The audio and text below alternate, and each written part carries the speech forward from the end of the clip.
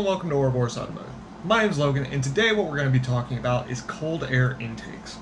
And I wanted to touch on this because it's one of people's #1 mods to go to, or first modifications to go to. They're like, I want my car to breathe cooler air, and I'm going to put in a cold air intake. Well, I'm here to hurt some feelings on this one, because 9 times out of 10, you don't need a cold air intake, especially if you're running stock.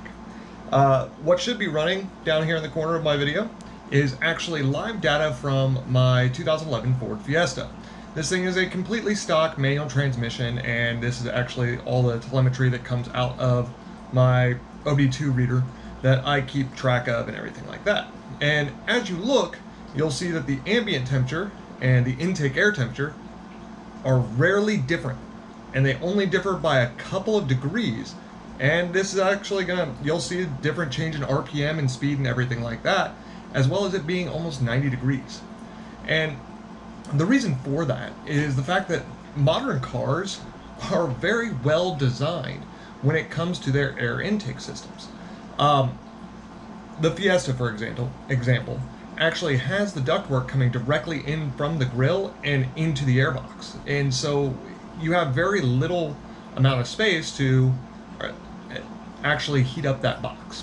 And I know that it is different on some vehicles, I will give you that, but most of the time the manufacturer has already designed this system to be optimal for that engine. And so unless you decide that you're going to sit there and change out your exhaust or do performance changes, you really can just stick with the stock airbox. And the main reason why you would need to change out your airbox for a cold air intake or something similar is the prime example being my Fiesta. So the engine is a 1.6 liter, which is a 1600 cubic centimeter or a 98 cubic inch engine. It's a little baby 4-cylinder, don't get me wrong. But it produces 120 horsepower at around 6,350 RPM. Using those calculations and the red line of 6,500 RPM, like that's where my governor is set, like my rev limiter is set, that's all it is. You can calculate that the required CFMs or requirement of air cubic foot per minute, CFM, would be about 220 at peak RPM. So at my red line, I do not need any more air than that. That's what the engine requires, okay? So with that in mind, there are a few other calculations, and I'll drop a link to the website that I use that actually gives you all of this data based upon the information that you plug in. Based upon that information though, the air filter size that I would require, the square inch coverage of an air filter, would only be 48 inches. So if you take my Fiesta's air filter and measure it out, you get a air filter that is roughly 7 inches by 5 3/4 inches. That square inch area on that filter is 49 inches. So right there, it is already set for that air filter to meet the base demands of my engine with very, very little wiggle room. That's the key, is that if you decided that you did want to do a performance upgrade or something like that, you would have to change out your air filter, otherwise you're not going to be getting enough air in. But if you're just trying to sit there and go, hey, I know that an engine optimal fuel air ratio is at about 75 degrees. I want my engine to be cooler or be accepting cooler air into the engine. Well, you're not really going to change it, especially if you decide to put in one of the cone filters and remove your stock airbox.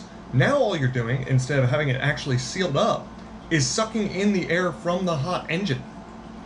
You've done nothing. You've actually made it worse. Now, if you decide that you want to do a cone air filter or something like that, then the best option would be to make an enclosure and try to mate it up as close as you can to the original airbox by modifying the airbox itself. Alright?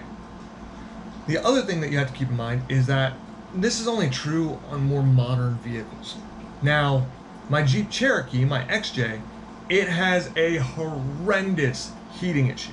Like on days that I'm driving it in the heat, especially in like 80, 90 degree days, my intake air temperature is nearly 120 to 150 degrees.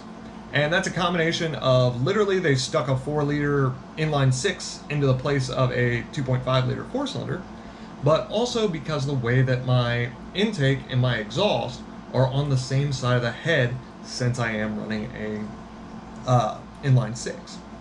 So those are things to keep in mind. But before you do a mod like putting in a cold air filter system, take a look at the data that's actually coming out of your engine.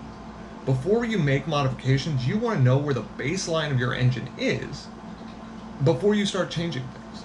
Give a little bit of planning and a little bit of thought behind it. A lot of what I do, a lot of the modifications that I make to these different vehicles, I go in depth on my research before I even attempt to do it. That is part of the reason why I haven't put a snorkel system on the XJ yet. But that's all I have for you guys this week. Very short video, but I wanted to touch on it because I know a lot of people's first things is they want to slap a cold air intake on it. It's like, or a ram air intake, and it doesn't always help. In the end, it might be hurting you. So make sure you're looking up your mods and making sure that it'll work for your vehicle before slapping anything onto your car. So thanks again for tuning in. Make sure to like and subscribe on the video. If you want to show your support or you want some of your own custom personalized Jeep gear, go down to my website, order a shirt, order some decals, hoodie, whatever you'd like. But thanks again. Keep working on your guys' projects. Any progress is still progress. Catch you later.